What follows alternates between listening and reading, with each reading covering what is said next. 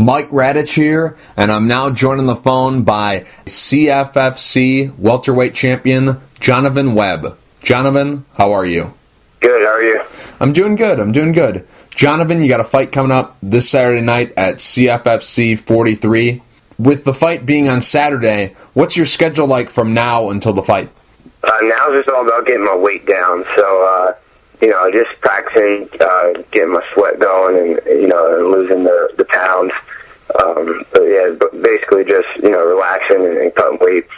Mm-hmm. Now, I took a look at your Facebook, and I noticed that I think it was this Saturday or this Sunday, I can't remember exactly what day it was, but you were participating in a flag football game. Yeah. Was this a low-impact flag football game? Because I was getting worried. I'm like, this might not be a good idea. I might get injured, might roll an ankle here. Am I being too overprotective? Am I being too cautious? Was this a big deal?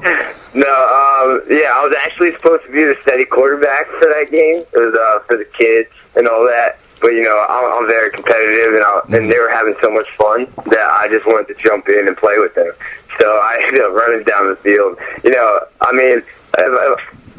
don't want to get hurt or, do anything to get injured for the fight, but, I still like to have fun and still like to, be active as much as I can. This fight is coming up on Saturday, so I'm just curious, when do you start to get your game face on, if you even have a game face for when you fight? Does it happen when you get the offer for the fight? Does it happen when you're going through training camp? Does it happen when you're cutting weight? Does it happen when you weigh in? Does it happen the day of the fight? Does it happen when you're walking out? When exactly do you start to get that game face on? Yeah, I think there's different stages of the game face.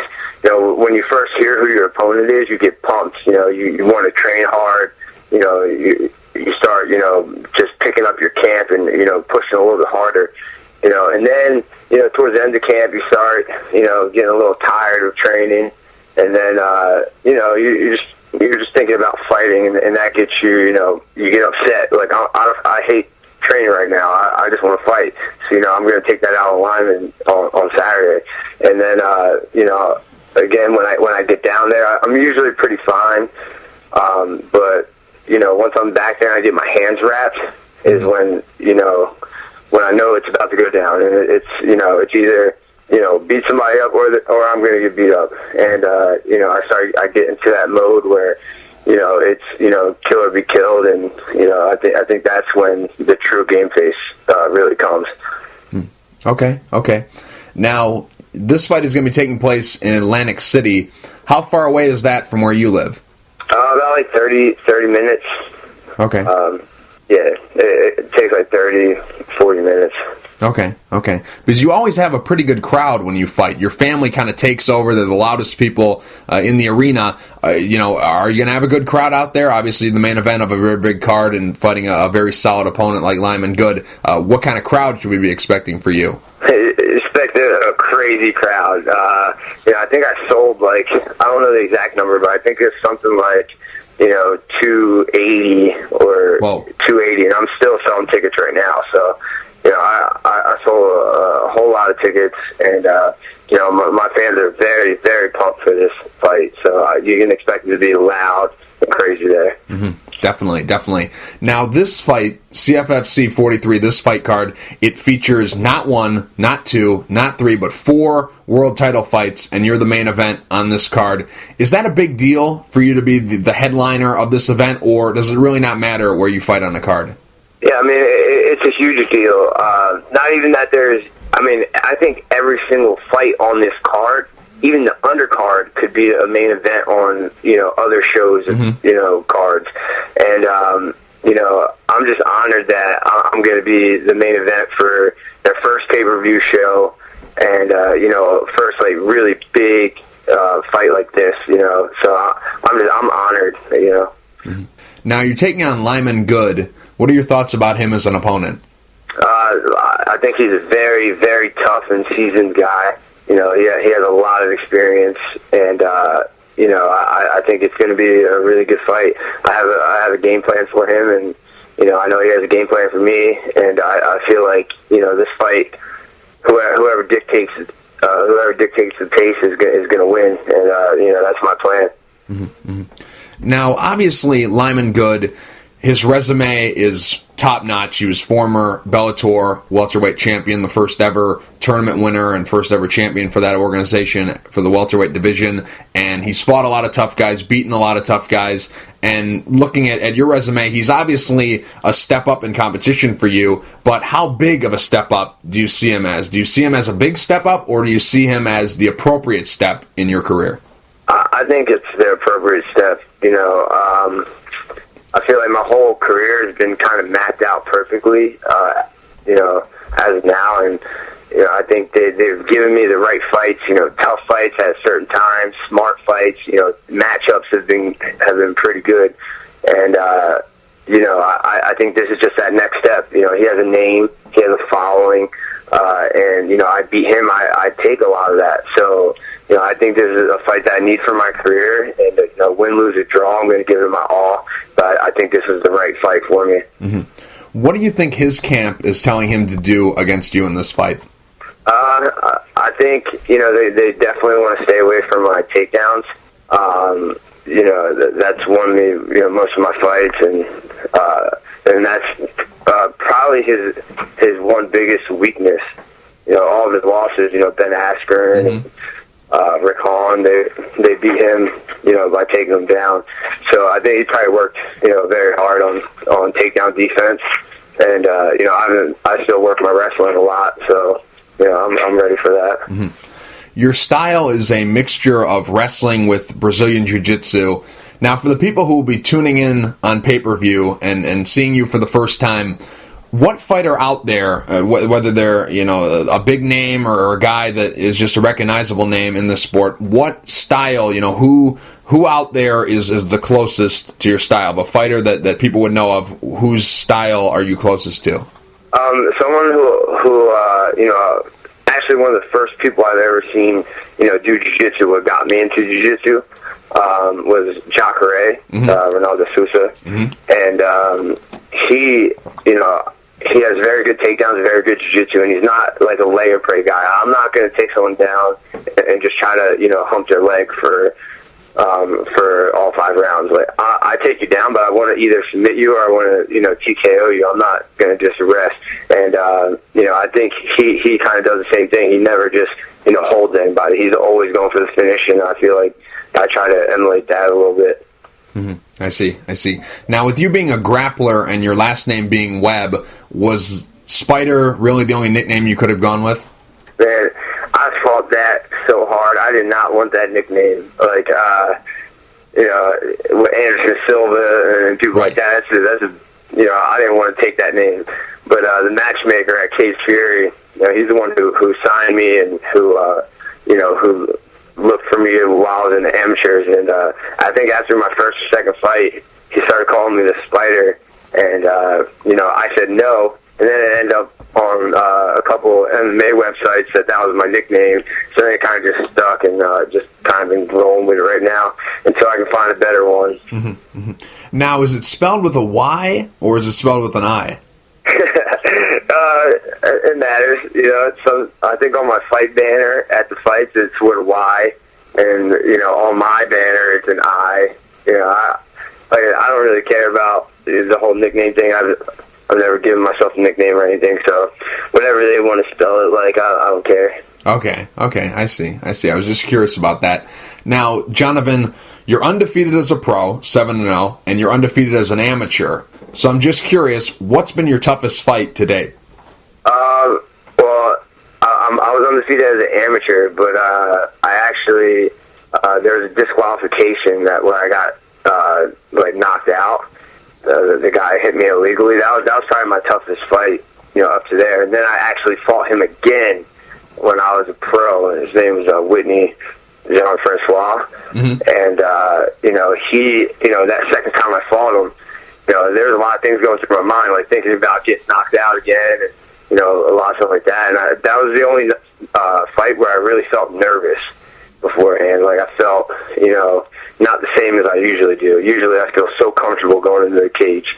And that was probably my biggest test, fighting him for the second time.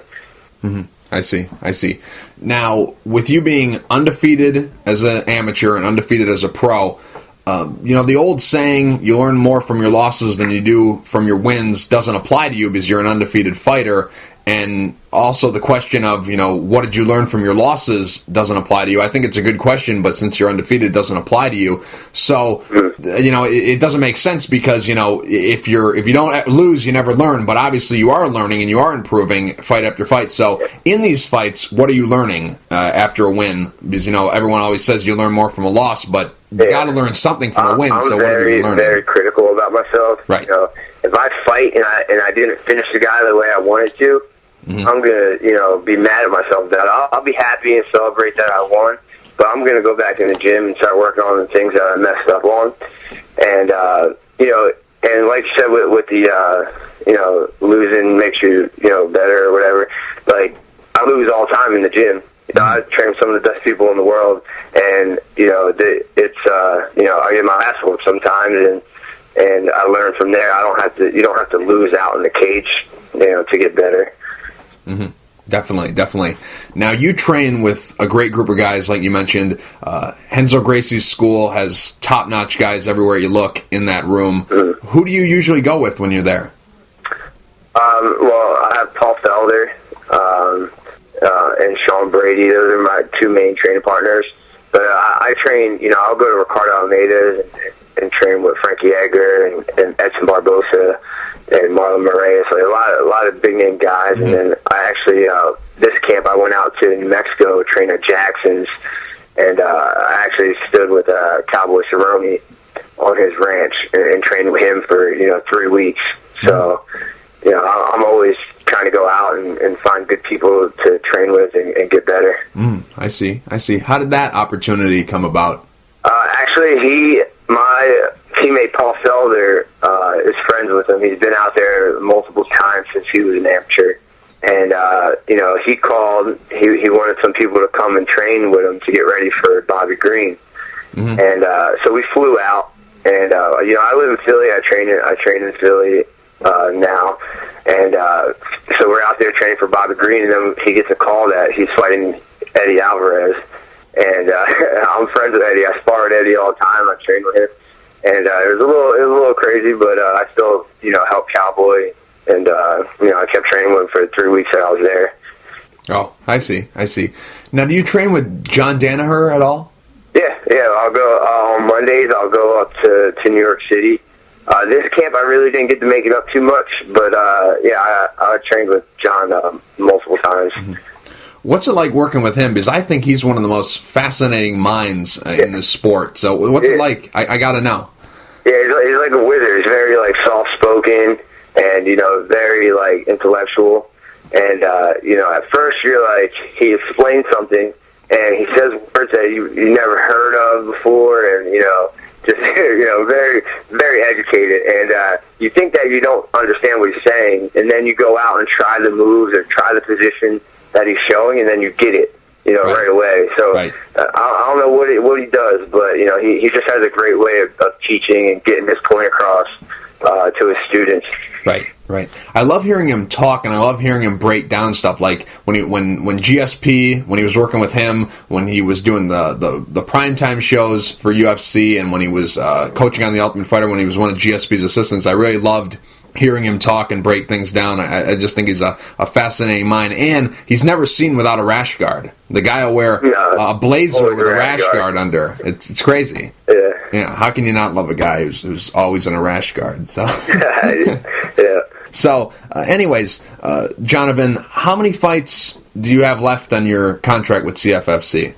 I just re-signed with them. I think I have three more fights with them. Okay. I see.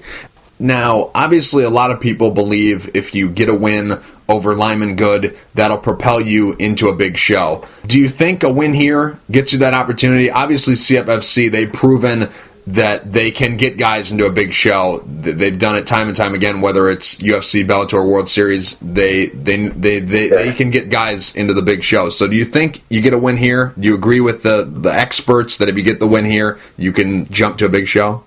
I really believe that. if it's right, then I'll go. If not, I'm very happy with Cage Fury. Mm-hmm. So, I think Cage Fury, a lot of people don't know, but in this next year or so, Cage Fury is going to blow up. So, I'm all about Cage Fury. If the opportunity comes with, the UFC, then, me and my managers have to talk and, figure things out. But, I'm very happy with Cage Fury. Mm-hmm. Obviously, the three big shows in North America, UFC, Bellator, and World Series of Fighting, and then obviously Asia, and I guess the big four is ONE FC. So all these big shows around the world. Do you have a preference? Does it have to be the UFC? Is it UFC or CFC for you? Like if you don't get that call to UFC, you just stick with CFC, or do you? If it's not UFC, then it's CFFC. Okay. I know with the what people think that Bellator and all that's the best, but I think Cage Fury is going to be number 2 very soon. So I'm sticking with Cage Fury unless the UFC calls. Mm-hmm. Mike Constantino said that. He said that he's going to follow the Scott Coker Strikeforce route, have a small regional promotion, and just grow and grow and grow, and then take it across the country. So this card, I can't lie. This is a great card, top to bottom, and I'm getting nothing from CFFC saying it. I'm not paid. I'm just saying it off my personal beliefs. I think this is a great card. 4 world title fights, only $19.95 for it on GoFightLive.com or .tv, I guess it is. A great card, top to bottom, headlined by you, of course. Now, I'm just curious, in your opinion, why should someone who's an MMA fan but on the fence about buying this, why should a fan tune in to this fight against Lyman Good? Why should an MMA fan need to see this? It's going to be exciting. It's going to be fireworks. I feel like we're both going to be going for the finish. Neither of us want to go to a decision. So, we're going to be working for that finish and putting on a great show for anybody who's going to watch. Mm-hmm. Jonavin, real quick before I let you go, do you have any sponsors you'd like to thank, and is there anything you'd like to say to the fans? Yeah, NutriShop Mount Laurel, Zatavio Produce, Dynamic Tint, MVP 360, my gym, Henzo Gracie Philly, and JVM Academy. And, just thank you, everybody, for all of the support and help me get my career to where it is today. And I can't wait to, make you guys proud on Saturday. Jonavin, thank you for taking the time to talk. I really appreciate it. Good luck this Saturday night at CFFC 43 against Lyman Good. Thank you.